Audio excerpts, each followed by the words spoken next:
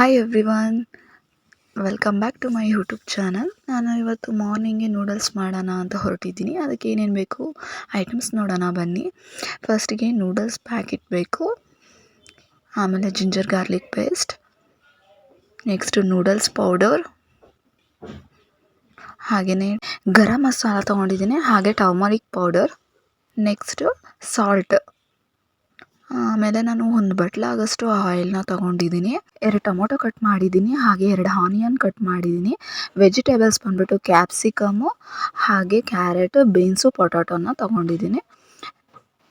ಬನ್ನಿ ಸ್ಟಾರ್ಟ್ ಮಾಡೋಣ. ಒಂದು ಪ್ಯಾನಲ್ಲಿ ನಾನು ತರಕಾರಿನೆಲ್ಲ ಬೇಯಿಸ್ಕೊಂಡು ಅದಕ್ಕೆ ಸ್ವಲ್ಪ ಸಾಲ್ಟನ್ನ ಹಾಕಿ ಚೆನ್ನಾಗಿ ಕುದಿಯೋಕ್ಕೆ ಬಿಟ್ಟಿದ್ದೀನಿ. ತರಕಾರಿನ ಒಂದು 10 ನಿಮಿಷ ಬೇಯಿಸಿ ಅದಾದಮೇಲೆ ಒಂದು ಸೈಡ್ ಎತ್ತಿಡಿ. ನೆಕ್ಸ್ಟು ನೂಡಲ್ಸ್ ಪ್ಯಾಕೆಟ್ನ ಓಪನ್ ಮಾಡಿ ಎಲ್ಲ ಹಿಂಗೆ ಸಪ್ರೇಟ್ ಮಾಡಿದ್ದೀನಿ. ಆಮೇಲೆ ಒಂದು ಪಾತ್ರೆ ಮಡಗಿ ಅದನ್ನು ನೀರು ಹಾಕಿ ಕುದಿಯೋಕ್ಕೆ ಬಿಟ್ಟಿದ್ದೀನಿ. ನೋಡಿ, ಈ ಥರ ಫುಲ್ ಕುದಿ ಬಂದಮೇಲೆ ನೂಡಲ್ಸ್ ಪ್ಯಾಕೆಟ್ ಹಾಕಿ ಓಪನ್ ಮಾಡಿದ್ದೀನಲ್ಲ ಅದೆಲ್ಲ ಪೂರ್ತಿ ಹಾಕಿದ್ದೀನಿ. ಅದಾದಮೇಲೆ 2 ಸ್ಪೂನ್ ಆಯಿಲ್ನ ಆ್ಯಡ್ ಮಾಡ್ತಾಯಿದ್ದೀನಿ. ಆಯಿಲ್ ಹಾಕೋದ್ರಿಂದ ಉದುರಾಗಿ ಬರುತ್ತೆ ನೂಡಲ್ಸು. ಸೊ ಅದರಿಂದ ನಾವು ಆಯಿಲ್ನ ಆ್ಯಡ್ ಮಾಡ್ತಾಯಿದ್ದೀನಿ.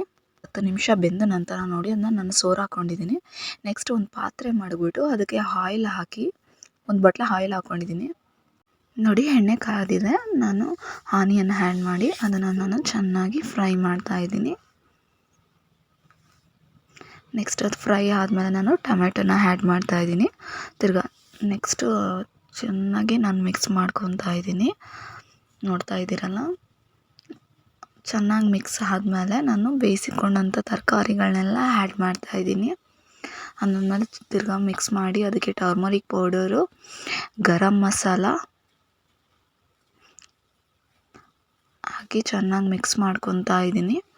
ಚೆನ್ನಾಗಿ ಮಿಕ್ಸ್ ಆದಮೇಲೆ ಜಿಂಜರ್ ಗಾರ್ಲಿಕ್ ಪೇಸ್ಟನ್ನ ಆ್ಯಡ್ ಮಾಡ್ತಾಯಿದ್ದೀನಿ.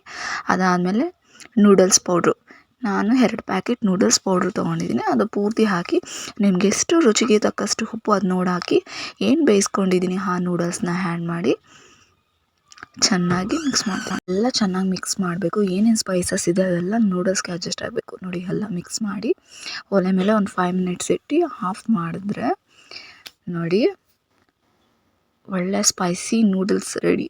ಎಷ್ಟು ಈಸಿಯಾಗಿದೆಲ್ಲ. ನೀವು ಟ್ರೈ ಮಾಡಿ ರೆಸಿಪಿ ಹೇಗೆ ಬಂತು ಅಂತ ಕಮೆಂಟ್ ಮಾಡಿ. Thank you.